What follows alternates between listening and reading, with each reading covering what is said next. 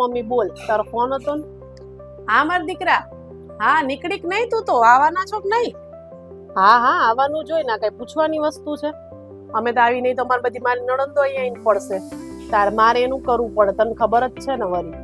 ના ના, આજે જ મેં સવારે એમને વાત કરી, એટલે અમારે આવવાનું જ છે. જો અમે આખો પરિવારના આવવાના છીએ બધા રક્ષાબંધન કરવા. એટલે તું એ રીતે તૈયારી કરજે. મારે તને વારે વારે ના કેવું પડે બાપા. એક તો અમે બધા ખબર ને વ્યવસ્થિત ખાવા પીવા વાળા છીએ. ના કંઈક નાસ્તો લઈ આવજે, અને આજ ભાભીને કહે છે ઘરે શક્કરપારા ને પૂરી ચેવડો ને બધું બનાવી દે. ઘરનું હોય ને તો શું ફેર પડે.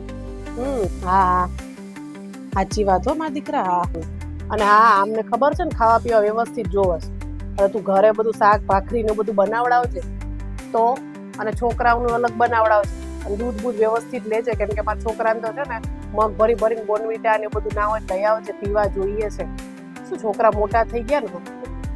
અરે આ મારો દીકરો આવ્યો આવ્યો. આય બેટા આય, ક્યારની રાહ જોતી હતી તારી. હા જો આય, તારો બહુ આગ્રહ હતો આય આય બેટા કરતી હતી એટલે. આ કેમ ઘર મમ્મી આવું પડ્યું છે તહેવારમાં? જોતો ખરી. અને આ સ્મેલ છે ને આવે છે આ વરસાદી વાતાવરણમાં આટલું બધું આ કપડા ને બપડા જોતો ખરી. હા હા બેટા, ઈ આ ચોમાસાના જો ને કપડા ને બપડા બધું વીકવું હતું ને એટલે બેટા લાય લઈ લો, લાય તને નડતું એટલે બેટા. કઈ નહીં, મને તો બહુ કકડતી ભૂખ લાગી છે મમ્મી. જમવાનું વ્યવસ્થિત બનાવ્યું છે ને? ભાભી ક્યાં છે? પાણી દેવાય ના આવી એ ને એ જો ને ગઈશ બાપા, હાવ ટાઢી હે. શું કરીએ હવે આપણે? તારે એવી ટાઢી છે ને કે હજી રાંધું નથી. શાક લેવા ગઈ ને મેં વળી કીધું ભાઈ ભાવતું બનાવવાનું, ભાઈ જમાઈ આવે છે અમારે. તારે એક તો મારા મોંઘારે જમાઈ છે, હમણાં આવે ને એટલે કીધું ફટાફટ તું જઈને લઈ આય. અને કઈક ગળ્યું બનાવવાનું હતું મેં, તું જઈને લેતી આય બહારથી. તે વસ્તુ લેવા ગઈ, હમણાં આવતી જઈશ. બેટા તને ભૂખ લાગી છે મને ખબર, હમણાં ફટાફટ હું એને મદદ કરાવડાવીશ. નહીં હોય તો ચિંતા ના કર, હમણાં ફટાફટ બનાવી દઈશ. અરે બાપરે, તે હજી હવે શાક લેવા ગઈ છે? અરે રે, અમારે તો બધા વેલા ખાવા વાળા છે મમ્મી, તને ખબર નથી? એટલે જ મેં તને ફોનમાં અગાઉ કહી દીધું તું શાક બાક બધું લઈને રાખજે ને વેલાર બનાવી દેજે. હમણાં આમને તો ભૂખે લાગી જશે. તારે એમનો સ્વભાવ કેટલો ચીડચીડ્યો. અમારા ઘરે તો અત્યારે પતી ગયું હોય જમવાનું. અને હવે શાક એ શીખર ક્યારે લાવશે, ક્યારે રાંધશે. અને મારા છોકરાને ખીચડી અલગ કેજે રાંધે. બાપરે બાપ. અને એક તો છે ભાભી હાવ ઢીલી કામની. આપડા જેવા હોય ને તો સમજાય. કાલ મને તું સવારે ના ઉઠાડ, કેમ કે મને 9 વાગે 10 વાગે ઉઠવાની ટેવ છે. ભલે મારા ઘરે કામ વાળા 4-5 હોય, મારા આરામ જ છે. પણ મારે અહીંયા આવીને હું શાંતિ, મારા પિયર મારે માણું હોય કે નહીં. એટલે મને તું સવારે એવું ન કહેતી તું પેલું સારું બનાવસ, આ બનાવે છે. ભાઈને કહી દેજે જ્યારે આવે ત્યારે એવું કહેતો હોય કે તું આ પેલી આઈટમ સારી બનાવસ, બનાવ ને. આ ત્યાં તો પેલી નથી ને ભાભી, ત્યાં તને વાત કરી દઉં. હું કઈ નવીન બનાવવાની નથી. ભલે મને સારું આવડતું હોય તો. હું અહીંયા આરામ કરવા આવ્યું, તહેવાર માણવા આવી છું. એટલે મને મહેરબાની કરી તું તહેવાર માણવા દે છે. હા હા બેટા, તું ચિંતા ના કર ખોટી. અને જીવને શાંત રાખ, નિરાત રાખ. તાર કઈ બનાવવાનું નથી, એ બધું કરશે આપણું. અત્યારે બધી વસ્તુ મંગાવી દીધી છે ને. તાર ભાઈને કીધું કે ભાઈ મેંદો બધું લેતો આવજે, છોકરાઓ આવ્યા શક્કરપારા ને એવું બનાવશે. એ તું જો હમણાં નવરી પડીને બપોરે એવું બધું બનાવશે. એને થોડું હુવાનું હોય કઈ. તું હુઈ જજે તમને, તું આરામ કરજે. હા હા મારો દીકરો, ક્યારેક ક્યારેક તો આવતું હોય હે. તાર તું તમને આરામ કરજે. અને એ તો બધું હમણાં બધું એને જોતું રસોડામાં જ નાખું કે તું હાંજ સુધી નવરી જ નથી પડવાની. હા હા એટલે જ હું કહું છું મમ્મી કે હું તો આવું થોડા દિવસ માટે રોકાવા માટે, તો ખાઈ પીને મજા કરીને આરામ કરીને ના જાઉં. લે આ આવ્યા ભાભી. હા આવો આવો દીદી, મજામાં? અલી આટલી વાર હોય ગઈ અહીંયા રેસ. તારા જોતો ખરી આવી ગઈ મારે છોડીને બધાય. તારા ક્યારે રાંધીશ, ક્યારે ખવડાવીશ? મારે છોડીને ભૂખ લાગી ક્યારની. તહેવારમાં થોડું વેલા ઉઠતા હોય ને તો હાથ પગ વધારે ફટાફટ હાલે. લ્યો પાણી.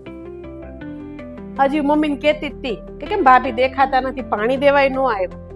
શું લાવ્યા શાક તમે? અમને ભાવતું લાવ્યા કે નહીં?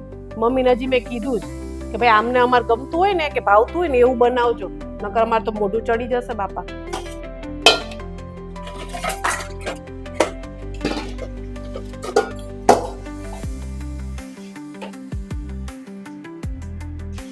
એટલે આ કોબી કેમ આવી લઈને આવીશું? હાવ આમ આટલા બધા આટલી કોબી લઈને આવી, આટલા બધા જણા સંભારો થઈ રહેશે? અને આ જો ચકલીમાંથી ક્યારની પાણી ટપક ટપક થાય, એમાં સુખી નહીં થતા. તારે ચકલીનો આટો હરખો ફીટ કર તો કઈક થાય. સાચું કહું મમ્મી, તારી વહુને તો કઈ આવડતું નથી. અને તું મારા રાજમાં તો તને કામમાં હાથે નથી અડાડવા દેતી હું તને. અને આવા તહેવારોમાં તો એ ટના ટન થઈને ફરતી હતી, યાદ છે ને તને? અત્યારે તો તું સારું બધું શાક બાક સમારસ, ઘણી મદદ કરાવસ હો ભાઈ. કેવું પડે.